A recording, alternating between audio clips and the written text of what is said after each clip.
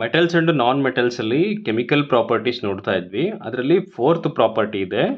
Fourth property ನೋಡಿ, reaction of metals with solution of other metal salts ಅಂತ ಇದೆ.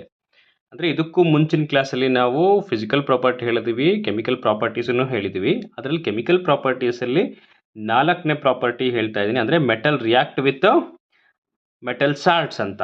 Metal salts ಜೊತೆಗೆ metal react ಆದರೆ ಏನಾಗುತ್ತೆ ಅಂತೇಳಿ ನೋಡಿ. ಇದು metal A solution B, salt solution B, salt solution A, metal B ಅಂತೇಳಿ. ಅಂದರೆ ಏನು, ಎಕ್ಸಾಂಪಲ್ ಆಗಿ ಏನು ಕೊಟ್ಟಿದ್ದಾರೆ ಇದರಲ್ಲಿ ಅಂತ ಹೇಳಿದ್ರೆ, iron reacts with copper sulphate solution. ಏನಾಗುತ್ತೆ, ಐರನ್ ಸಲ್ಫೇಟ್ ಫಾರ್ಮೇಷನ್ ಆಗುತ್ತೆ, ಕಾಪರ್ ಸಲ್ಫೇಟ್ ಅಲ್ಲಿರುವಂಥ ಕಾಪರ್ ಹೊರಗಡೆ ಹೊರಟೋಗುತ್ತೆ. ಸೊ ಇದನ್ನೇ ನಾವು ಏನಂತೀವಿ, metal react with metal salts ಅಂತ. ಅಂದರೆ ಏನಾಗುತ್ತೆ, ಹೈಲಿ ರಿಯಾಕ್ಟಿವ್ ಮೆಟಲ್ ಯಾವುದಿರುತ್ತೋ ಅದು ಲೆಸ್ ರಿಯಾಕ್ಟಿವ್ ಮೆಟಲ್ನ ಏನು ಮಾಡುತ್ತೆ, ಡಿಸ್ಪ್ಲೇಸ್ ಮಾಡುತ್ತೆ. ಅಂದರೆ ಇದು ನೋಡಿ, ಇದು ಇಲ್ಲಿಗೆ ಬರುತ್ತೆ, ಅಂದರೆ ಕಾಪರ್ ಸಲ್ಫೇಟ್ ಹತ್ರ ಬರುತ್ತೆ. ಈ ಕಾಪರ್ ಸಲ್ಫೇಟ್ ಏನಾಗುತ್ತೆ, ಹೊರಗಡೆ ಹೊರಟೋಗುತ್ತೆ. ಸೊ ಹಾಗೆ ಅದಕ್ಕೆ ಏನಂತೀವಿ, ಮೆಟಲ್ ಸಾಲ್ಟ್ಸ್ ಜೊತೆಗೆ ರಿಯಾಕ್ಟ್ ಆದರೆ ನೋಡಿ, ಹೈಲಿ ರಿಯಾಕ್ಟಿವ್ ಮೆಟಲ್ ಡಿಸ್ಪ್ಲೇಸ್. ಅಂದರೆ ಏನಾಗುತ್ತೆ, ಹೈಲಿ ರಿಯಾಕ್ಟಿವ್ ಮೆಟಲ್ ಏನು ಮಾಡುತ್ತೆ, ಲೆಸ್ ರಿಯಾಕ್ಟಿವ್ ಮೆಟಲ್ನ ಸಲ್ಫೇಟಿಂದ ಡಿಸ್ಪ್ಲೇಸ್ ಮಾಡುತ್ತೆ. ಇದು ಚೆನ್ನಾಗಿ ಅರ್ಥ ಆಗಬೇಕು ಅಂತ ಹೇಳಿದ್ರೆ ನಮಗೆ ಇಲ್ಲಿ ಲೀಸ್ಟ್ ಇದೆ ನೋಡಿ, ಇಲ್ಲಿ ಇದು list. Most reactive elements, less reactive elements list ಇದು. ಈ ಲೀಸ್ಟ್ ತುಂಬ ಚೆನ್ನಾಗಿ ನೆನಪಿರಬೇಕು. ಯಾಕೆಂದರೆ ಈ ಲೀಸ್ಟ್ ನೆನಪಿದ್ರೆ ಮಾತ್ರ ಇದ್ರ ಬೇಸ್ ಮೇಲೆ ಯಾವ್ಯಾವ ಥರ ಕ್ವಶನ್ ಕೇಳ್ತಾರೆ ಅಂತೇಳಿ ನಾನು ನೆಕ್ಸ್ಟ್ ಹೇಳ್ತೀನಿ. ಈ ಲೀಸ್ಟನ್ನು ನೆನಪಿಟ್ಕೊಳ್ಳೋ ಪ್ರಯತ್ನ ಮಾಡಬೇಕು. ನೋಡಿ, ಪೊಟ್ಯಾಷಿಯಮ್ ಇದೆ, ಸೋಡಿಯಂ ಇದೆ, calcium, magnesium, aluminium, carbon, zinc, iron, tin, lead, hydrogen, copper, silver, gold, platinum. ಈ ಲೀಸ್ಟನ್ನ ಹೆಂಗೆ ನೋಡ್ತೀವಿ ಅಂದರೆ, ಇಲ್ಲಿ ಮೇಲ್ಗಡೆ ಇರುವಂಥದ್ದು ಮೋಸ್ಟ್ ರಿಯಾಕ್ಟಿವ್, ಕೆಳಗಡೆ ಇರುವಂಥದ್ದು ಲೆಸ್ ರಿಯಾಕ್ಟಿವ್ ಅಥವಾ ಲೀಸ್ಟ್ ರಿಯಾಕ್ಟಿವ್ ಅಂತೀವಿ. ಅಂದರೆ ಈಗ ಫಾರ್ ಎಕ್ಸಾಂಪಲ್ ನೋಡಿ, ಪ್ಲಾಟಿನಮ್ಗೆ ಗೋಲ್ಡ್ಗೆ ಕಂಪೇರ್ ಮಾಡಿದ್ರೆ ಏನಂತ, ಪ್ಲಾಟಿನಮ್ಗಿಂತ ಗೋಲ್ಡು ಹೈಲಿ ರಿಯಾಕ್ಟಿವ್ ಅಂತೇಳಿ, ಗೋಲ್ಡ್ಗಿಂತ ಸಿಲ್ವರ್ ಹೈಲಿ ರಿಯಾಕ್ಟಿವ್ ಅಂತೇಳಿ, ಸಿಲ್ವರ್ಗಿಂತ ಕಾಪರ್ ಹೈಲಿ ರಿಯಾಕ್ಟಿವ್ ಅಂತೇಳಿ. ಸೊ ಹಂಗೆ ಅಂದರೆ ಕೆಳಗಡೆ ಯಾವ್ದು ಕೆಳಗಡೆ ಇದೆಯೋ ಅದು ಲೆಸ್ ರಿಯಾಕ್ಟಿವ್, ಮೇಲ್ಗಡೆ ಯಾವ್ದು ಇದೆಯೋ ಅದು ಹೈಲಿ ರಿಯಾಕ್ಟಿವ್ ಅಂತೇಳಿ. ಈ ಲೀಸ್ಟ್ ಅಂದರೆ 10th ಸ್ಟ್ಯಾಂಡರ್ಡಲ್ಲಿ ಸ್ವಲ್ಪ ಕಡಿಮೆ ಕೊಟ್ಟಿದ್ದಾರೆ. ನಾ ಇಲ್ಲಿ ಇನ್ನೂ ಸ್ವಲ್ಪ ಆ್ಯಡ್ ಮಾಡಿ ತುಂಬ ಜಾಸ್ತಿ ಅಂದರೆ ಮ್ಯಾಕ್ಸಿಮಮ್ ಕೊಟ್ಟಿದ್ದೀನಿ. ಇದನ್ನು ತುಂಬ ಚೆನ್ನಾಗಿ ನೆನ್ಪಿಟ್ಕೋಬೇಕು. ಇದನ್ನು ನೆನ್ಪಿಟ್ಕೊಂಡ್ರೆ ನಮಗೆ ಮುಂದೆ ಕೇಳುವಂಥ ಎಕ್ಸಾಮ್ಸ್ಗೆ ತುಂಬ ಈಸಿ ಆಗುತ್ತೆ. ಇಲ್ಲಿ ಅದೇ ಥರ ನೋಡಿ, ಇದಕ್ಕೆ ಹೇಳಿದ್ನಲ್ಲ, ಇಲ್ಲಿ ಕಾಪರ್ ರಿಯಾಕ್ಟ್ ವಿತ್, ಇಲ್ಲಿದೆ ಯಾವುದು, ಇಲ್ಲಿ ಕಾಪರ್, ಇಲ್ಲಿ ಐರನ್ ಇದೆ ನೋಡಿ. ಈಗ ಇಲ್ಲೇನಾಗುತ್ತೆ, iron most reactive, copper less reactive, ಎರಡು ಕಂಪೇರ್ ಮಾಡಿದ್ರೆ. ಈಗ ಈ ಲೀಸ್ಟಲ್ಲಿ ನೋಡಿ, ಈ ಲೀಸ್ಟಲ್ಲಿ ಕಾಪರ್ ಎಲ್ಲಿದೆ, ಕಾಪರ್ ಇಲ್ಲಿದೆ. ಐರನ್ ಎಲ್ಲಿದೆ, ಐರನ್ ಇಲ್ಲಿದೆ. ಅಂದರೆ ಮೇಲ್ಗಡೆ ಇರುವಂಥದ್ದು ಮೋಸ್ಟ್ ರಿಯಾಕ್ಟಿವು, ಕೆಳಗಡೆ ಇರುವಂಥದ್ದು ಲೆಸ್ ರಿಯಾಕ್ಟಿವ್. ಸೊ ಅದೇ ಕಾರಣಕ್ಕೆ ಕಾಪರ್ ಸಲ್ಫೇಟ್, ಇಲ್ಲಿ ಕಾಪರ್ ಸಲ್ಫೇಟ್ ಇದೆ, ಕಾಪರ್ ಸಲ್ಫೇಟಿಂದ ಏನು ಮಾಡುತ್ತೆ, ಐರನ್ನು ಕಾಪರ್ನ ಡಿಸ್ಪ್ಲೇಸ್ ಮಾಡುತ್ತೆ. ಆ ಕಾಪರ್ ಸಲ್ಫೇಟ್ ಇದ್ದಿದ್ದು ಐರನ್ ಸಲ್ಫೇಟ್ ಆಗಿ ಕನ್ವರ್ಟ್ ಆಗುತ್ತೆ. ಇದೇ ಥರ ಎಕ್ಸಾಮಲ್ಲಿ ನೋಡಿ, ಇಲ್ಲಿ ಇನ್ನೊಂದು ಎಕ್ಸಾಮಲ್ಲಿ ಏನು ಕೇಳಿದ್ರು, ಒಂದು ಜಿಂಕ್ ಸಲ್ಫೇಟ್ ಕೊಟ್ಟಿದ್ರು, ಐರನ್ ಸಲ್ಫೇಟ್ ಕೊಟ್ಟಿದ್ರು. ಸುಮಾರು ಜನ ಏನು ಮಾಡಿದ್ವಿ, ನಾನು ಸೇರಿ ರಾಂಗ್ ಮಾಡಿದ್ದೆ. ಬಟ್ ಅದಾದಮೇಲೆ ಲೀಸ್ಟ್ ನೋಡಿದ್ಮೇಲೆ ಗೊತ್ತಾಯಿತು. ಬಟ್ ಇದು ನೆನ್ಪಿಟ್ಕೋಬೇಕು ಏನಂತ ನೋಡಿ, ಫಸ್ಟು ಐರನ್ ಇದೆ, ಆಮೇಲೆ ಜಿಂಕ್ ಇದೆ. ಜಿಂಕ್ ಸಲ್ಫೇಟ್ ಬೇರೆ, ಐರನ್ ಸಲ್ಫೇಟ್ ಬೇರೆ. ಡಿಸ್ಪ್ಲೇಸ್ ಎಲ್ಲಾಗುತ್ತೆ ಅಂದರೆ ಐರನ್ ಪ್ಲಸ್ ZnSO4 ಅಂತ ಕೊಟ್ಬಿಟ್ಟು ರಿಯಾಕ್ಷನ್ ಕೊಟ್ಟಿದ್ದು ಕಂಟಿನ್ಯೂ ಅಂತೇಳಿ. ಅಲ್ಲಿ ಯಾವುದೇ ಕಾರಣಕ್ಕೂ ರಿಯಾಕ್ಷನ್ ಕಂಪ್ಲೀಟ್ ಆಗಲ್ಲ. ಯಾಕೆ ಅಂತ ಹೇಳಿದ್ರೆ, ಐರನ್ನು ಜಿಂಕ್ ಜೊತೆಗೆ ಸೇರಿಕೊಂಡ್ರೆ ಡಿಸ್ಪ್ಲೇಸ್ ಆಗಲ್ಲ. ಬಟ್ ಜಿಂಕು ಏನು ಮಾಡುತ್ತೆ, ಐರನ್ನನ್ನು ಡಿಸ್ಪ್ಲೇಸ್ ಮಾಡುತ್ತೆ. ಯಾಕೆ ಅಂತ ಹೇಳಿದ್ರೆ, zinc highly reactive compare to iron. So ಇದು ಗೊತ್ತಿರಬೇಕು. ಇಂಥವು ಕನ್ಫ್ಯೂಸ್ ಮಾಡುವಂಥ ಕ್ವಶನ್ಸು ಸುಮಾರು ಇರುತ್ತೆ, ಬಟ್ ನೆನಪಿರಲಿ. ಈ ಫಾರ್ ಎಕ್ಸಾಂಪಲ್ ಇದೇ ರಿಯಾಕ್ಟಿವ್ ಎಲಿಮೆಂಟ್ ಸೀರೀಸ್ ಮೇಲೆ ಯಾವ ರೀತಿ ಕ್ವಶನ್ಸ್ ಕೇಳ್ಬೋದು ಅಂತ ಹೇಳಿದ್ರೆ, ಒಂದು ಎಕ್ಸಾಂಪಲ್ ಇಲ್ಲಿದೆ ನೋಡಿ. Okay, which one of the following is highly reactive metal ಅಂತ ಇದೆ. ಹೈಲಿ ರಿಯಾಕ್ಟಿವ್ ಮೆಟಲ್ ಯಾವುದು ಅಂತೇಳಿ. ಅಲ್ಯೂಮಿನಿಯಂ ಇದೆ, ಜಿಂಕ್ ಇದೆ, ಲೆಡ್ ಇದೆ, ಕಾಪರ್ ಇದೆ. ಓಕೆ, ಇದನ್ನು ನಾವು ನಮಗೆ ಹೆಂಗೆ ಗೊತ್ತಾಗುತ್ತೆ ಅಂತ ಹೇಳಿದ್ರೆ, ನಾವು ಅದನ್ನು ಐಡೆಂಟಿಫೈ ಮಾಡಬೇಕು ಅಂದರೆ ನಮಗೆ ಇದು ಗೊತ್ತಿರಬೇಕು, ಈ ಲೀಸ್ಟ್. ಈ ಲೀಸ್ಟ್ ತುಂಬ ಚೆನ್ನಾಗಿ ಗೊತ್ತಿದ್ರೆ ಮಾತ್ರ ನಮ್ಗೆ ಇದಕ್ಕೆ ಆನ್ಸರ್ ಮಾಡೋದಕ್ಕಾಗುತ್ತೆ. ಅಂದರೆ ಇದರಲ್ಲಿ ಯಾವುದು ತುಂಬ ಮೇಲಿದೆಯೋ ಅದು ಹೈಲಿ ರಿಯಾಕ್ಟಿವ್ ಅಂತ, ಯಾವುದು ತುಂಬ ಕೆಳಗಿದೆಯೋ ಅದು ಲೆಸ್ ರಿಯಾಕ್ಟಿವ್ ಅಂತೇಳಿ. ಈಗ ಈ ಲೀಸ್ಟಲ್ಲಿ ನೋಡಿ, ಅಲ್ಯೂಮಿನಿಯಂ ಎಲ್ಲಿದೆ? ಅಲ್ಯೂಮಿನಿಯಂ ಇಲ್ಲಿದೆ. ಜಿಂಕ್ ಎಲ್ಲಿದೆ? ಜಿಂಕ್ ಇಲ್ಲಿದೆ. ಲೆಡ್ ಎಲ್ಲಿದೆ? ಲೆಡ್ ಇಲ್ಲಿದೆ. ಕಾಪರ್ ಎಲ್ಲಿದೆ? ಇಲ್ಲಿದೆ. ಅಂದರೆ ತುಂಬ ಟಾಪಲ್ಲಿ ಯಾವುದಿದೆ ಅಂತ ಹೇಳಿದ್ರೆ ಅದು ಅಲ್ಯೂಮಿನಿಯಂ ಇದೆ. ಸೊ ಹಾಗಾಗಿ ನಾವೇನಂತ ಕರಿತೀವಿ? Aluminium is the highly reactive ಅಂತ. ಸೊ ಅದೇ ಥರ ಇನ್ನೊಂದು ಎಕ್ಸಾಂಪಲ್ ಇದೆ. Which one of the following options is highly reactive metals group ಅಂತ. ಇಲ್ಲಿ 4 ಆಪ್ಷನ್ಸ್ ಕೊಟ್ಟಿದ್ದಾರೆ. ಅದರಲ್ಲಿ ಹೈಲಿ ಮೆಟಲ್ ಅಂದರೆ ಹೈಲಿ ರಿಯಾಕ್ಟಿವ್ ಮೆಟಲ್ ಗ್ರೂಪ್ ಯಾವುದು ಅಂತೇಳಿ ನೋಡಿ. ಗೋಲ್ಡ್ ಇದೆ, ಯಾವುದು? ಸಿಲ್ವರ್ ಇದೆ, ಗೋಲ್ಡ್ ಇದೆ, ಪ್ಲಾಟಿನಮ್ ಇದೆ, ಟಿನ್ ಇದೆ, ಲೆಡ್ ಇದೆ, ಕಾಪರ್ ಇದೆ, zinc, iron, tin, calcium, magnesium, aluminium ಇದೆ. ಸೊ ಇವುಗಳಲ್ಲಿ ನೋಡಿದ ತಕ್ಷಣ ಗೊತ್ತಾಗುತ್ತೆ ಈ ಗ್ರೂಪ್ ತುಂಬ ಬಾಟಮಲ್ಲಿದೆ, ಬಟ್ ಇದಲ್ಲ ಅಂತೇಳಿ. ಇದು ಟಾಪಲ್ಲಿ ಬರುತ್ತೆ. ಅಂದರೆ ಇಲ್ಲಿ ಬೇಕಾದ್ರೆ ಕ್ಲಾರಿಫೈ ಮಾಡ್ಕೊಳ್ಳೋಣ. ನೋಡಿ, ಇಲ್ಲಿದೆ ಕ್ಯಾಲ್ಶಿಯಮ್ಮು ಮೇಲಿದೆ, ಮೆಗ್ನೀಷಿಯಮ್ಮು ಇಲ್ಲೇ ಇದೆ, ಅಲ್ಯೂಮಿನಿಯಂ ಇಲ್ಲಿದೆ. ಇದು ಟಾಪಲ್ಲಿದೆ. ಕಂಪೇರ್ ಮಾಡಿದ್ರೆ ಬೇರೆ ಎಲ್ಲ ಎಲಿಮೆಂಟ್ಸು ಇಲ್ಲಿ ಮಿಡಲಲ್ಲಿ ಬರ್ತವೆ. ಸೊ ಹಾಗಾಗಿ ನಮಗೆ ಆಪ್ಷನ್ ಯಾವುದಾಗುತ್ತೆ? ಹೈಲಿ ರಿಯಾಕ್ಟಿವ್ ಎಲಿಮೆಂಟ್ ಗ್ರೂಪ್ ಯಾವುದು ಅಂದರೆ ಇದು ಡಿ, ಕ್ಯಾಲ್ಶಿಯಂ, ಮೆಗ್ನೀಷಿಯಂ, ಅಲ್ಯೂಮಿನಿಯಂ ಆಗುತ್ತೆ. ಸೊ ಅಂದರೆ ಇವೆಲ್ಲ ಎಕ್ಸಾಂಪಲ್ಸ್ ಅಷ್ಟೇ. ಬಟ್ ಇದೇ ರಿಯಾಕ್ಟಿವ್ ಎಲಿಮೆಂಟ್ ಸೀರೀಸ್ ಮೇಲೆ 100% ಒಂದು ಕ್ವಶನ್ ಇರುತ್ತೆ. ಬಟ್ ನೀವು ಇದು ತುಂಬ ಚೆನ್ನಾಗಿ ನೆನ್ಪಿಟ್ಕೋಬೇಕು. ಇದಾಯಿತು. ಸೊ ಅದಾದಮೇಲೆ ನೆಕ್ಸ್ಟ್ ಕೆಮಿಕಲ್ ಪ್ರಾಪರ್ಟೀಸ್ ಅಲ್ಲ, ಅಂದರೆ metal react with metal and non metal ಅಂತ. ಅಂದರೆ ಏನು? Reaction of metals with metals and non metals ಅಂತ. ಇವೆರಡರ ಮಧ್ಯೆ ರಿಯಾಕ್ಷನ್ ಹೇಗಾಗುತ್ತೆ ಅಂತ ಹೇಳಿದ್ರೆ ನೋಡಿ, ಒಂದು reactivity of elements is the tendency to attain a capacity filled valency shell ಅಂತೇಳಿ. ಈ ವೇಲೆನ್ಸಿ ಶೆಲ್ ಇದ್ರ ಬಗ್ಗೆ ಗೊತ್ತಿದ್ರೆ ನಾವು ಮೆಟಲ್ ರಿಯಾಕ್ಟ್ ವಿತ್ ನಾನ್ ಮೆಟಲ್ನ ತುಂಬ ಚೆನ್ನಾಗಿ ಅರ್ಥ ಮಾಡ್ಕೋಬಹುದು. ಇಲ್ಲಿ ಅದನ್ನ ನೆಕ್ಸ್ಟ್ ಹೇಳ್ತಾ ಹೋಗ್ತೀನಿ. ಜಸ್ಟ್ ಎಕ್ಸಾಂಪಲ್ ನೋಡಿ. ಫಸ್ಟು ಮೆಟಲ್ ಲಾಸ್ ಎಲೆಕ್ಟ್ರಾನ್ಸ್, ಅಂದರೆ ಮೆಟಲ್ಸು ಎಲೆಕ್ಟ್ರಾನ್ನ ಲಾಸ್ ಆದರೆ ಏನಾಗುತ್ತೆ? ಅದು ಕ್ಯಾಟ್ ಅಯಾನ್ ಆಗುತ್ತೆ. Non metal gain the electrons an ion ಆಗುತ್ತೆ. ಆ್ಯನ್ ಅಯಾನ್ ಅಂದರೆ cat ion plus, an ion minus. ಇಲ್ಲಿ ನೋಡಿ ಎಕ್ಸಾಂಪಲ್, ಇದು Na+, Cl-, ಇದು NaCl ಫಾರ್ಮೇಷನ್ ಆಗುತ್ತೆ. ಅಂದರೆ ಇದು Na ಅನ್ನೋದು ಮೆಟಲ್ಲು, ಕ್ಲೋರಿನ್ ಅನ್ನೋದು ನಾನ್ ಮೆಟಲ್. ಅಂದರೆ Na ಅಂದರೆ ಸೋಡಿಯಮ್ಮು, Cl ಅಂದರೆ ಕ್ಲೋರಿನ್ನು. ಯಾವಾಗ ಎಲೆಕ್ಟ್ರಾನನ್ನು ಈ ಕಡೆಗೆ ಬಿಟ್ಕೊಟ್ಟಾಗ ಏನಾಗುತ್ತೆ? ಇದು ಕ್ಯಾಟ್ ಅಯಾನ್ ಆಗುತ್ತೆ. ಯಾವಾಗ ಎಲೆಕ್ಟ್ರಾನ್ನ ರಿಸೀವ್ ಮಾಡ್ಕೊಳ್ಳುತ್ತೋ ಇದೇನಾಗುತ್ತೆ? ಆ್ಯನ್ ಅಯಾನ್ ಆಗುತ್ತೆ. ಅವಾಗ NaCl ಇದು ಫಾರ್ಮೇಷನ್ ಆಗುತ್ತೆ. ಹಿಂಗೆ ಹೇಳಿದ್ರೆ ಇದು ಅಷ್ಟು ಕಂಪ್ಲೀಟಾಗಿ ಅರ್ಥ ಆಗಲ್ಲ. ಇದಕ್ಕೆ ಮುಂಚೆ ನಮ್ಗೇನು ಗೊತ್ತಾಗಿರಬೇಕು ಅಂತ ಹೇಳಿದ್ರೆ ಸ್ಟ್ರಕ್ಚರ್ ಆಫ್ ಆಟಮ್ನ ತುಂಬ ಚೆನ್ನಾಗಿ ನೋಡ್ಕೊಂಡಿರ್ಬೇಕು. ಈಗ ಸ್ಟ್ರಕ್ಚರ್ ಆಫ್ ಆಟಮ್ ನೋಡಿ, ಇದು ಆ ಸ್ಟ್ರಕ್ಚರ್ ಆಫ್ ಆಟಮ್ ತುಂಬ ಚೆನ್ನಾಗಿ ಗೊತ್ತಿದ್ರೆ ಮಾತ್ರ ನಮಗೆ metal react with non metal ತುಂಬ ಚೆನ್ನಾಗಿ ಅರ್ಥ ಆಗುತ್ತೆ ಕಾನ್ಸೆಪ್ಟು. ಇದನ್ನ ನಾನು ಮುಂದೆ ಹೇಳ್ತಾ ಹೋಗ್ತೀನಿ, ಇನ್ನು ಮುಂದೆ ಇದೆ ಸ್ಟ್ರಕ್ಚರ್ ಆಫ್ ಆಟಮ್ ಇನ್ನೂ ಡೀಟೇಲ್ ಆಗಿದೆ, ಅದನ್ನು ಹೇಳ್ತೀನಿ. ಬಟ್ ಈಗ metal react with non metal concept ಅರ್ಥ ಆಗಬೇಕು ಅನ್ನೋ ಕಾರಣಕ್ಕೆ ಇದು ಸ್ವಲ್ಪ ಲೈಟಾಗಿ ಎಕ್ಸ್ಪ್ಲೇನ್ ಮಾಡ್ತೀನಿ. ಹಾಗೆ ಒಂದ್ಸಲ ನೋಡಿ. ಸ್ಟ್ರಕ್ಚರ್ ಆಫ್ ಆಟಮ್ ಅಂದರೆ ಸಿಂಪಲ್ ಕಾನ್ಸೆಪ್ಟ್ ಇದೆ. ಮಿಡಲಲ್ಲಿ ಪ್ರೋಟಾನು ನ್ಯೂಟ್ರಾನ್ ಇರುತ್ತೆ. ಅದ್ರ ಸುತ್ತ ಏನಿರುತ್ತೆ? ಎಲೆಕ್ಟ್ರಾನ್ಸು ಸುತ್ತಾ ಇರುತ್ತೆ. ಅಂದರೆ ಆರ್ಬಿಟ್ಸ್. ಇದು ಆರ್ಬಿಟ್ಸಿಗೆ ಒಂದೊಂದು ಹೆಸರು ಕೊಟ್ಟಿದ್ದೀವಿ ನಾವು, KLMN ಅಂತೇಳಿ ಆರ್ಬಿಟ್ ಹೆಸರು ಕೊಟ್ಟಿದ್ದೀವಿ. ಮಿಡಲಲ್ಲಿ ಪ್ರೋಟಾನ್ಸ್ ಇರುತ್ತೆ. ಪ್ರೋಟಾನ್ ಅಂದರೆ ಪಾಸಿಟಿವ್ ಚಾರ್ಜು. ಇಲ್ಲಿ ಸುತ್ತ ಇರುವಂಥವೆಲ್ಲ ಎಲೆಕ್ಟ್ರಾನ್ಸು. ಈ ಎಲೆಕ್ಟ್ರಾನ್ಸ್ ನೆಗೆಟಿವ್ ಚಾರ್ಜ್ ಅಂತ ಹೇಳ್ತೀವಿ.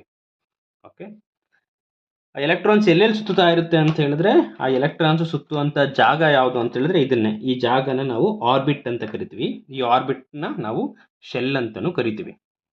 ಈಗ ನಿಮ್ಗೆ ಏನು ಗೊತ್ತಿರಬೇಕು ಅಂತ ಹೇಳಿದ್ರೆ KLMN ಅಂತೇಳಿ ಆರ್ಬಿಟ್ ಅಥವಾ ಶೆಲ್ಗಳಿದೆ. ಈ ಶೆಲ್ಸಲ್ಲಿ ಎಷ್ಟೆಷ್ಟು ಎಲೆಕ್ಟ್ರಾನ್ಸ್ ಫಿಲ್ ಆಗುತ್ತೆ ಅಂತ ಹೇಳಿದ್ರೆ ನೋಡಿ, K ಶೆಲ್ಲಲ್ಲಿ 2 ಎಲೆಕ್ಟ್ರಾನ್ ಫಿಲ್ ಆಗುತ್ತೆ, L ಶೆಲ್ಲಲ್ಲಿ 8 ಎಲೆಕ್ಟ್ರಾನ್ ಫಿಲ್ ಆಗುತ್ತೆ, M ಶೆಲ್ಲಲ್ಲಿ 18 ಎಲೆಕ್ಟ್ರಾನ್ ಫಿಲ್ ಆಗುತ್ತೆ, N ಶೆಲ್ಲಲ್ಲಿ 32 ಎಲೆಕ್ಟ್ರಾನ್ಸ್ ಫಿಲ್ ಆಗುತ್ತೆ. ಸೊ ಅದೇ ಥರ ಇಲ್ಲಿ ನೆನ್ಪಿಟ್ಕೋಬೇಕಿದು, ಅಂದರೆ ಅದ್ರ ಸುತ್ತಾ ಇರುತ್ತೆ ಅಂತ. ಓಕೆ, ಈಗ K ಶೆಲ್ಲಲ್ಲಿ ಮತ್ತೆ ಸಬ್ ಶೆಲ್ ಬರುತ್ತೆ. ಎಷ್ಟು ಸಬ್ ಶೆಲ್ ಬರುತ್ತೆ K ಶೆಲ್ಲಲ್ಲಿ ಅಂತ ಹೇಳಿದ್ರೆ ಅದು 2. K ಶೆಲ್ಲಲ್ಲಿ S ಅನ್ನೋ ಸಬ್ ಶೆಲ್ ಇರುತ್ತೆ. ಆ ಸಬ್ ಶೆಲ್ಲಲ್ಲಿ 2 ಎಲೆಕ್ಟ್ರಾನ್ಸ್ ಫಿಲ್ ಆಗುತ್ತೆ. ಈಗ ಎಲ್ಲಲ್ಲಿ 2 ಸಬ್ ಶೆಲ್ಸ್ ಇದೆ. ಎಸ್ ಅಂಡ್ ಪಿ ಅಂತೇಳಿ, ಎಮ್ ಅಲ್ಲಿ ಎಸ್ ಪಿ ಡಿ ಅಂತೇಳಿದೆ, ಎನ್ ಅಲ್ಲಿ ಎಸ್ ಪಿ ಡಿ ಎಫ್ ಅಂತೇಳಿ ಸಬ್ಶೆಲ್ಸ್ ಅಂದರೆ ಸಣ್ಣ ಸಣ್ಣ ಕಂಪಾರ್ಟ್ಮೆಂಟ್ಸ್ ಡಿವೈಡ್ ಆಗುತ್ತೆ ಅಂತೇಳಿ. ಈಗ ಎಸ್ ಅಲ್ಲಿ 2 ಎಲೆಕ್ಟ್ರಾನ್ ಫಿಲ್ ಆಗುತ್ತೆ, ಪಿ ಯಲ್ಲಿ 6 ಎಲೆಕ್ಟ್ರಾನ್ ಫಿಲ್ ಆಗುತ್ತೆ, ಡಿ ಯಲ್ಲಿ 10 ಎಲೆಕ್ಟ್ರಾನ್ ಫಿಲ್ ಆಗುತ್ತೆ, ಎಫ್ ಅಲ್ಲಿ 14 ಎಲೆಕ್ಟ್ರಾನ್ಸ್ ಫಿಲ್ ಆಗುತ್ತೆ. ಈಗ ಇಲ್ಲಿ ಚೆನ್ನಾಗಿ ನೆನ್ಪಿಟ್ಕೋಬೇಕು, ಇದ್ರ ಬೇಸ್ ಮೇಲೆ ಒಂದು ಕ್ವಶನ್ ಇರುತ್ತೆ ನಿಮಗೆ, ಬಟ್ ಅದನ್ನ ನಾನು ಸ್ಟ್ರಕ್ಚರ್ ಆಫ್ ಆಟಮ್ ಮಾಡಬೇಕಾದ್ರೆ ಇನ್ನು ಡೀಟೇಲಾಗಿ ಹೇಳ್ತೀನಿ, ಬಟ್ ಇಲ್ಲ ಸ್ವಲ್ಪ ಮಾತ್ರ ಹೇಳ್ತೀನಿ. ಇಲ್ಲೇನಾಗುತ್ತೆ, ಈಗ ಕೆ ಶೆಲ್ಲಲ್ಲಿ 2 ಫಿಲ್ ಆಗುತ್ತೆ, ಓಕೆ, ಎಲ್ಲಲ್ಲಿ 18 ಫಿಲ್ ಆಗುತ್ತೆ. ಕೆ ಶೆಲ್ಲಲ್ಲಿ ಒಂದೇ ಒಂದು ಸಬ್ ಶೆಲ್ ಇರುತ್ತೆ, ಅದು ಎಸ್ ಅಂತೇಳಿ, ಎಸ್ ಅಲ್ಲಿ ಓನ್ಲಿ 2 ಎಲೆಕ್ಟ್ರಾನ್ಸ್ ಫಿಲ್ ಆಗುತ್ತೆ.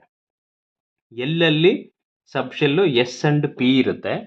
ಎಸ್ ಅಂಡ್ ಪಿ ಅಂದರೆ ಎಸ್ ಅಲ್ಲಿ 2 ಎಲೆಕ್ಟ್ರಾನ್ ಫಿಲ್ ಆಗುತ್ತೆ, ಪಿ ಯಲ್ಲಿ ಟೋಟಲ್ 6 ಎಲೆಕ್ಟ್ರಾನ್ ಫಿಲ್ ಆಗುತ್ತೆ. ಅಷ್ಟೇ ಮ್ಯಾಕ್ಸಿಮಮ್ ಕೆಪಾಸಿಟಿ, ಅದು ಅದ್ರ ಮೇಲೆ ಫಿಲ್ ಆಗಲ್ಲ. ಪಿ ಯಲ್ಲಿ 6, ಟೋಟಲ್ ಎಷ್ಟಾಯಿತು, ಇಲ್ಲಿ 2, ಇಲ್ಲಿ 6, ಟೋಟಲ್ 8 ಆಯಿತು. ಸೊ ಅದೇ ಥರ ಎಮ್ ಅಲ್ಲಿ ಎಸ್ ಪಿ ಡಿ 3 ಸಬ್ ಶೆಲ್ಸ್ ಇದೆ. ಎಸ್ ಅಲ್ಲಿ 2 ಫಿಲ್ ಆಗುತ್ತೆ, ಪಿ ಯಲ್ಲಿ 6 ಫಿಲ್ ಆಗುತ್ತೆ, ಡಿ ಯಲ್ಲಿ ಇಲ್ಲಿದೆ ನೋಡಿ, ಡಿ ಯಲ್ಲಿ 10 ಫಿಲ್ ಆಗುತ್ತೆ. ಟೋಟಲ್ ಆಗಿ ಎಷ್ಟಾಯಿತು, 18 ಆಯಿತು. ಈಗ ಎನ್ ಶೆಲ್ಲಿಗೆ ಬಂದ ತಕ್ಷಣ ಎನ್ ಅಲ್ಲಿ ಅಗೇನ್ ಎಸ್ ಇದೆ, ಪಿ ಇದೆ, ಡಿ ಇದೆ, ಎಫ್ ಇದೆ. ಎಫ್ ಅಲ್ಲಿ ಎಷ್ಟು, ಮ್ಯಾಕ್ಸಿಮಮ್ ಎಫ್ ಎಲೆಕ್ಟ್ರಾನ್ಸ್ ಫಿಲ್ ಆಗುತ್ತೆ. ಓಕೆ, ಆ ಎಲೆಕ್ಟ್ರಾನ್ಸನ್ನು ನಾವು ಟೋಟಲ್ ಆಗಿ ಎಷ್ಟು ಮಾಡ್ತೀವಿ, ಟೋಟಲ್ ಆಗಿ ಇಲ್ಲಿ ಎನ್ ಅಲ್ಲಿ 32 ಎಲೆಕ್ಟ್ರಾನ್ಸ್ ಇಲ್ಲಿ ಇರುತ್ತೆ. ಇದು ತುಂಬ ಚೆನ್ನಾಗಿ ನೆನ್ಪಿಟ್ಕೋಬೇಕು, ಇದು ನೆನಪಿರಬೇಕು, ಇದು ನೆನಪಿರಬೇಕು. ಈಗ ನಾವು ಅಟಾಮಿಕ್ ನಂಬರ್ ಅಂತ ಕರಿತೀವಿ. ಯಾವುದೇ ಎಲಿಮೆಂಟ್ ಇರಲಿ, ಆ ಎಲಿಮೆಂಟಿಂದ ಒಂದು ಅಟಾಮಿಕ್ ನಂಬರ್ ಇರುತ್ತೆ. ಈಗ ಫಾರ್ ಎಕ್ಸಾಂಪಲ್ ಇಲ್ಲಿ ಸೋಡಿಯಂ ಇದೆ ನೋಡಿ, ಎಕ್ಸಾಂಪಲ್ ಹೇಳ್ತಾ ಇದ್ದೀನಿ. ಸೋಡಿಯಂ ಇದೆ, ಸೋಡಿಯಂದು ಅಟಾಮಿಕ್ ನಂಬರ್ 11 ಅಂತೇಳಿ, ಸೋಡಿಯಂದು ಅಟಾಮಿಕ್ ನಂಬರ್ 11 ಇದೆ. ಓಕೆ, ಈ 11ನ ಎಲೆಕ್ಟ್ರಾನಿಕ್ ಕಾನ್ಫಿಗರೇಷನಲ್ಲಿ ಹೆಂಗೆ ಅರೇಂಜ್ ಮಾಡಿರ್ತೀವಿ ಅಂತ ಹೇಳಿದ್ರೆ, ಇಲ್ಲಿ 2, 8, 1 ಅಂತ ಕೊಟ್ಟಿದ್ದಾರೆ. ಸೊ ಮೊದಲೆಲ್ಲ 1s2, 2s2, 2p6 ಅಂತ ಹಿಂಗೆ ಕೊಡ್ತಾ ಇದ್ವಿ, ಬಟ್ ಈಗ ಹಂಗಿಲ್ಲ. ಈಗ ಹೆಂಗೆ ಕೊಡ್ತಾ ಇದ್ದಾರೆ ಅಂತ ಹೇಳಿದ್ರೆ 2, 8, 1 ಅಂತೇಳಿ ಹೇಳ್ತಾ ಇದ್ದಾರೆ. ಬಟ್ ಈಗಲೂ ಇದೆ, ಬಟ್ ಹೈಸ್ಕೂಲಲ್ಲೆಲ್ಲ ಅಷ್ಟು ಡೀಟೇಲಾಗಿ ಹೇಳಲ್ಲ. ಪಿ ಯು ಸಿಗೆ ಅಥವಾ ಡಿಗ್ರಿಗೆ ಬಂದ ತಕ್ಷಣ ಅಲ್ಲಿ ಹೇಳ್ತೀವಿ ನಾವು. ಈಗ ಇಲ್ಲೇನಾಗುತ್ತೆ ನೋಡಿ, ಇದು ಹೆಂಗೆ ಫಿಲ್ ಆಗುತ್ತೆ ಅಂತ ಹೇಳಿದ್ರೆ, ಫಸ್ಟು ಎನ್ ಅಲ್ಲಿ 2 ಎಲೆಕ್ಟ್ರಾನ್ಸ್ ಎಲ್ಲಿ ಫಿಲ್ ಆಗುತ್ತೆ, ಎಸ್ ಅಲ್ಲಿ ಫಿಲ್ ಆಗುತ್ತೆ ಫಸ್ಟ್, ಕೆ ಶೆಲ್ಲಲ್ಲಿ. ಇದು ಕೆ ಶೆಲ್ ಫಸ್ಟ್ನೇದು. ನೆಕ್ಸ್ಟು ರಿಮೈನಿಂಗು ಇದು ಎಲ್ ಶೆಲ್ಲು, ಆಮೇಲೆ ಇದು M shell. Okay, first K ಶೆಲ್ಲಲ್ಲಿ 2 ಫಿಲ್ ಆಗುತ್ತೆ. ಕೆ ಎಲ್ ಎಲ್ಲಿ ಫಿಲ್ ಆಗುತ್ತೆ ಅಂತ ಹೇಳಿದ್ರೆ ನೋಡಿ, ಇಲ್ಲಿದೆ. ಕೆ ಎಲ್ ಎಲ್ಲಿ ಫಿಲ್ ಆಗುತ್ತೆ ಅಂತ ಹೇಳಿದ್ರೆ ಇಲ್ಲಿ ಕೆ ಎಲ್ಲಿ ಎಸ್ ಇದೆಯಲ್ಲ, ಎಸ್ ಅಲ್ಲಿ 2 ಎಲೆಕ್ಟ್ರಾನ್ಸ್ ಇಲ್ಲಿ ಫಿಲ್ ಆಯಿತು, ಇಲ್ಲಿ ಫಿಲ್ ಆಯಿತು.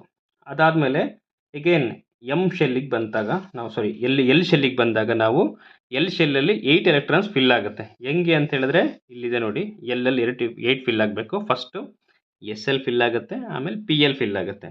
ಟೋಟಲ್ ಇಲ್ಲಿ ಎಷ್ಟಾಯಿತು, ಇಲ್ಲಿ 8 ಫಿಲ್ ಆಯಿತು. ರಿಮೈನಿಂಗ್ ಇನ್ನು ಒಂದೇ ಒಂದು ಎಲೆಕ್ಟ್ರಾನ್ ಅಲ್ಲ, ಇದು 2 + 8 ಎಷ್ಟಾಯಿತು, 10 ಆಯಿತು. ಅಟಾಮಿಕ್ ನಂಬರ್ ಎಷ್ಟಿದೆ, 11 ಇದೆ. ಒಂದೇ ಒಂದು ಶೆಲ್ ಏನಾಗುತ್ತೆ, ಇಲ್ಲಿ ಲಾಸ್ಟ್ ಶೆಲ್ಲಲ್ಲಿ ಬಂದು ಕೂತ್ಕೊಳ್ಳುತ್ತೆ. ಸೊ ಈ ಲಾಸ್ಟ್ ಶೆಲ್ಲಲ್ಲಿ ಕೂತ್ಕೊಂಡಾಗ ಏನಾಗುತ್ತೆ, ತುಂಬ ವೀಕ್ ಆಗಿರುತ್ತೆ ಅದು. ಯಾಕೆಂದರೆ ಬೇರೆ ಯಾವುದಾದ್ರೂ ಬೇರೆ ಎಲಿಮೆಂಟ್ಸು ಅಥವಾ ಬೇರೆ ಆಟಮ್ಸು ಅದು ತುಂಬ ಭಾಳ ಬೇಗ ಅಟ್ರಾಕ್ಟ್ ಮಾಡ್ಬೋದು ಇದನ್ನು. ಸೊ ಅವಾಗ ಏನಾಗುತ್ತೆ, ತುಂಬ ವೀಕ್ ಇರುತ್ತೆ, ಏನಾಗುತ್ತೆ ಅದನ್ನು ಈಸಿಯಾಗಿ ಬಿಟ್ಕೊಟ್ಬಿಡುತ್ತೆ ಯಾರಿಗಾದರೂ ಅಂತ ಹೇಳಿದ್ರೆ ನಥಿಂಗ್ ಬಟ್ ಏನಿಲ್ಲಿ ಇಲ್ಲಿ ಎಕ್ಸಾಂಪಲ್ ಕ್ಲೋರಿನ್ ಇದೆ, ಕ್ಲೋರಿನ್ನು ಭಾಳ ಬೇಗ ಈಸಿಯಾಗಿ ಇದನ್ನು ರಿಸೀವ್ ಮಾಡ್ಕೊಳ್ಳುತ್ತೆ. ಸೊ ಇಲ್ಲಿಗೆ ಬಂದ ತಕ್ಷಣ ರಿಸೀವ್ ಮಾಡ್ಕೊಂಡಾಗ ಏನಾಯ್ತು, ಇದು ಎನ್ ಎ ಅಟಾಮಿಕ್ ನಂಬರ್ 11 ಇತ್ತು, ಇಲ್ಲೂ ಅಟಾಮಿಕ್ ನಂಬರ್ 11 ಇರುತ್ತೆ. ಬಟ್ ಆದರೆ ಇಲ್ಲೇನಿದೆ, ಎಲೆಕ್ಟ್ರಾನ್ ನಂಬರ್ ಮಾತ್ರ ಏನು ಚೇಂಜ್ ಆಗುತ್ತೆ, ಇಲ್ಲಿ 2, 8 ಆಗುತ್ತೆ. ಎನ್ ಎ ಪ್ಲಸ್ ಅಂತ ಅಂದರೆ ಇದರಲ್ಲಿರೋ ಎಲೆಕ್ಟ್ರಾನ್ಸ್ ಎಷ್ಟಿದೆ, ಓನ್ಲಿ 10 ಇರುತ್ತೆ. ಎನ್ ಎ ಪ್ಲಸ್ ಅಂದರೆ ಇದು ಓನ್ಲಿ 2 and 8 10 ಆಗುತ್ತೆ. ಇದು ಕೆ ಅಲ್ಲ, ಇದು ಕೆ ಯಲ್ಲಿ, ಇದು ಎಲ್ ಅಲ್ಲಿ ಫಿಲ್ ಆಗುತ್ತೆ. ನೆಕ್ಸ್ಟ್ ಏನಾಗುತ್ತೆ, ಇಲ್ಲಿ ಕ್ಲೋರಿನಿಗೆ ಬಂದಾಗ ಕ್ಲೋರಿನಿಂದು ಅಟಾಮಿಕ್ ನಂಬರ್ 17. ಓಕೆ. 17ನ ಫಿಲ್ ಮಾಡೋದು ನೋಡಿ, ಕೆ ಯಲ್ಲಿ 2 ಫಿಲ್ ಆಗುತ್ತೆ, ಎಲ್ ಅಲ್ಲಿ 8 ಫಿಲ್ ಆಗುತ್ತೆ, ರಿಮೈನಿಂಗ್ 7 ಎಮ್ ಅಲ್ಲಿ ಫಿಲ್ ಆಗುತ್ತೆ ಇಲ್ಲಿ.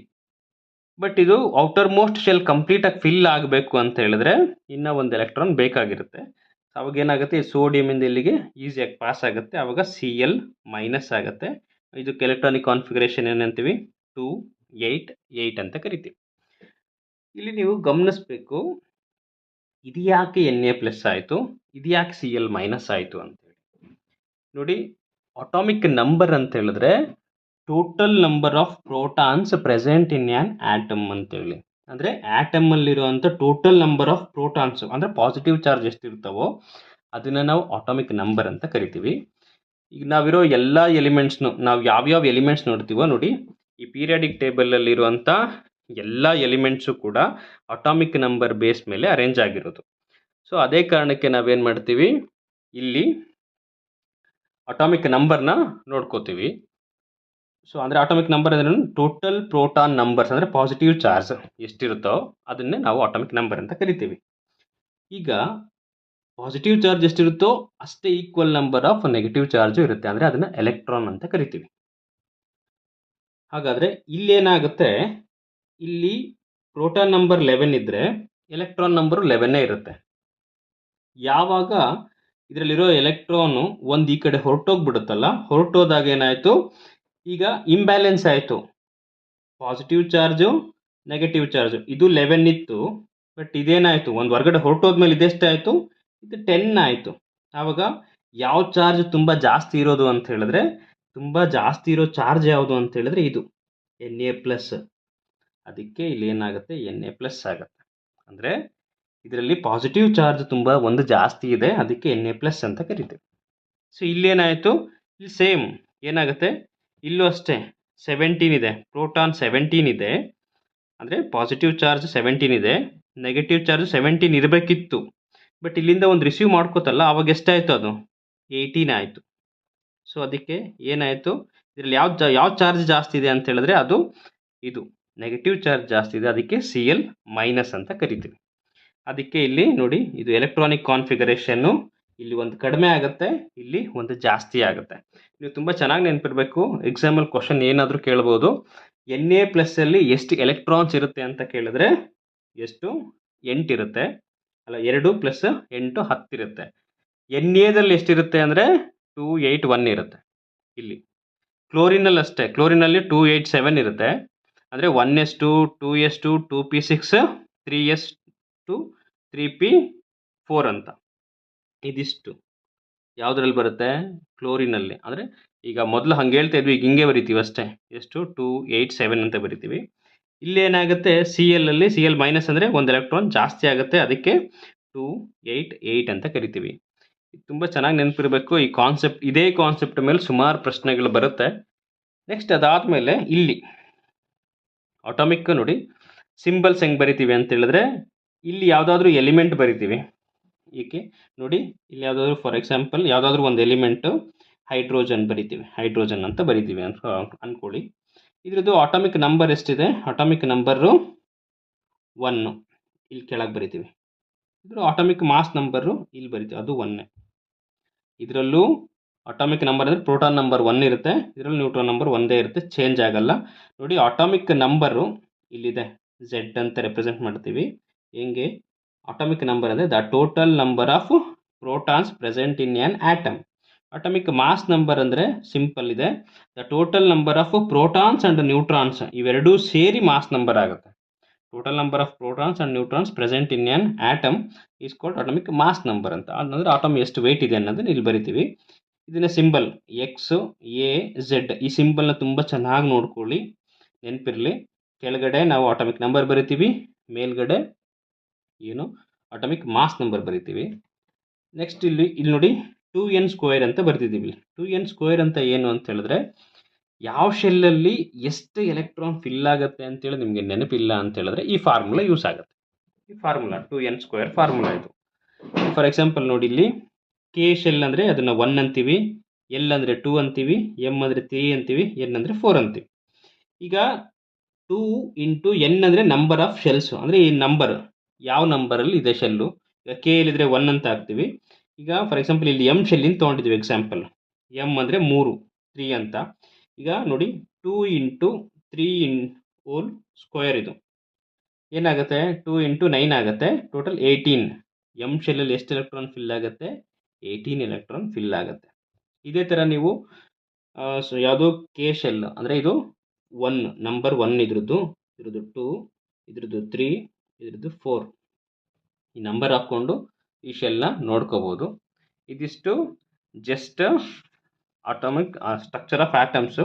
ಅದು ಗೊತ್ತಿದ್ದರೆ ಮಾತ್ರ ನಾವು ಇದನ್ನು ಮೆಟಲ್ಸ್ ಆ್ಯಂಡ್ ನಾನ್ ಮೆಟಲ್ಸ್ನ ತುಂಬ ಈಸಿಯಾಗಿ ಅರ್ಥ ಮಾಡ್ಕೋತೀವಿ. Next okay, how does the formation of sodium chloride ಅಂತ ಕೇಳಿದ್ರೆ ಇದು ತುಂಬ ಚೆನ್ನಾಗಿ ನೆನಪಿರಲಿ ಸ್ಟ್ರಕ್ಚರು. Na+ ನೆನ್ಪಿಟ್ಕೋಬೇಕು, Cl- ನೆನ್ಪಿಟ್ಕೋಬೇಕು, ಕ್ಯಾಟಯಾನು ಆ್ಯನಯಾನು ನೆನಪಿರಬೇಕು. ಸೊ ಇದನ್ನೇ ನಾವು ಇದನ್ನು ಈ ರೆಪ್ರೆಸೆಂಟ್ ಮಾಡೋದು ಹಿಂಗೆ ರೆಪ್ರೆಸೆಂಟ್ ಮಾಡ್ತೀವಿ ನೋಡಿ. ಇದು ಫಾರ್ಮೇಷನ್ ಆಫ್ ಸೋಡಿಯಂ ಕ್ಲೋರೈಡ್ ಅಂತೇಳಿ. ಅಂದರೆ ಏನು, ಸೋಡಿಯಂ ಅಟಾಮಿಕ್ ನಂಬರ್ 11 ಇದೆ, ಇದರಲ್ಲಿ 281 ಇದೆ. ಯಾವಾಗ ಇದು ಕೆಮಿಕಲ್ ರಿಯಾಕ್ಷನಲ್ಲಿ ರಿಯಾಕ್ಷನ್ ಆಗುತ್ತಲ್ಲ, ಕೆಮಿಕಲ್ ರಿಯಾಕ್ಷನಲ್ಲಿ ಇನ್ವಾಲ್ವ್ ಆಗುತ್ತಲ್ಲ, ಆಗ Na+ ಎಲೆಕ್ಟ್ರಾನ್ ಮೈನಸ್ ರಿಲೀಸ್ ಆಗುತ್ತೆ. ಇದು ಸೋಡಿಯಂ ಕ್ಯಾಟ್ ಅಯಾನ್ ಆಗುತ್ತೆ. ಇದು ಸೋಡಿಯಂ ಕ್ಯಾಟ್ ಅಯಾನ್ 28 ಆಗುತ್ತೆ. ಕ್ಲೋರಿನ್ ಅಟಾಮಿಕ್ ನಂಬರ್ 17 ಇದೆ, 287 ಆಗುತ್ತೆ. ಇದಕ್ಕೆ ಒಂದು ಎಲೆಕ್ಟ್ರಾನ್ ಆ್ಯಡ್ ಆಗುತ್ತೆ, ಇಲ್ಲಿಂದ ಈ ಕಡೆಗೆ ಆ್ಯಡ್ ಆಯಿತು. ಆ್ಯಡ್ ಆದಾಗ ಏನಾಯಿತು, ಕ್ಲೋರೈಡ್ ಆ್ಯನ್ ಅಯಾನ್ ಆಗುತ್ತೆ. ಇದು ಕ್ಯಾಟ್ ಅಯಾನು, ಇದು ಆ್ಯನ್ ಅಯಾನು, 288 ಆಗುತ್ತೆ. ಇಲ್ಲಿ ನೋಡಿ, ಸೋಡಿಯಮ್ಮಿಂದ ಲಾಸ್ಟ್ ಶೆಲ್ಲಲ್ಲಿರೋ ಎಲೆಕ್ಟ್ರಾನ್ಸು ಇಲ್ಲಿಗೆ ಜಂಪ್ ಆಯಿತು. ಅಂದರೆ ಇದನ್ನೇ ನಾವು ವೇಲೆನ್ಸಿ ಎಲೆಕ್ಟ್ರಾನ್ ಅಂತ ಕರಿತೀವಿ. ವೇಲೆನ್ಸಿ ಅಂದರೆ ಸೊ ಕೆಮಿಕಲ್ ರಿಯಾಕ್ಷನ್ನಲ್ಲಿ ಇನ್ವಾಲ್ವ್ ಆಗುವಂಥ ಎಲೆಕ್ಟ್ರಾನ್, ಅದೇ ಎಲೆಕ್ಟ್ರಾನನ್ನು ವೇಲೆನ್ಸಿ ಎಲೆಕ್ಟ್ರಾನ್ ಅಂತ ಕರಿತೀವಿ. ನೋಡಿ ಇಲ್ಲಿಂದ ಈ ಕಡೆಗೆ ಜಂಪ್ ಆಯಿತು ಲಾಸ್ಟ್ ಶೆಲ್ಲಿಗೆ. ಇಲ್ಲಿ ಸೋಡಿಯಂ, ಇಲ್ಲಿ ಕ್ಯಾಟ್ ಅಯಾನು, ಇಲ್ಲಿ ಆ್ಯನಯಾನ್ ಆಗಿ ಕಂಪ್ಲೀಟಾಗಿ ಏನಾಯಿತು, ಒಂದು ಸೋಡಿಯಂ ಕ್ಲೋರೈಡ್ ಸೊಲ್ಯೂಷನ್ ಫಾರ್ಮೇಷನ್ ಆಯಿತು. ಇದಿಷ್ಟು ಮೆಟಲ್ಸ್ ಆ್ಯಂಡ್ ನಾನ್ ಮೆಟಲ್ಸಲ್ಲಿರುವಂಥ ಕೆಮಿಕಲ್ ಪ್ರಾಪರ್ಟೀಸು. ನೆಕ್ಸ್ಟ್ ಇದೇ ಪ್ರಾಪರ್ಟೀಸಲ್ಲೇ ಕಂಟಿನ್ಯೂ ಏನಾಗುತ್ತೆ ಅಂದರೆ ಅಯನಿಕ್ ಕಾಂಪೌಂಡ್ಸ್ ಇದೆ, ಅಯನಿಕ್ ಕಾಂಪೌಂಡ್ಸ್ ಆ್ಯಂಡ್ ಅಲಾಯ್ಸ್ ಇದೆ. ಅದನ್ನು ನೆಕ್ಸ್ಟ್ ಕ್ಲಾಸಲ್ಲಿ ಹೇಳ್ತೀನಿ. ಸೊ ಈ ವಿಡಿಯೋ ನಿಮಗೆ ಇಷ್ಟ ಆಗಿದರೆ ಶೇರ್ ಮಾಡಿ, ಲೈಕ್ ಮಾಡಿ, ಸಬ್ಸ್ಕ್ರೈಬ್ ಮಾಡಿ. Thank you. ಜೈ ಹಿಂದ್.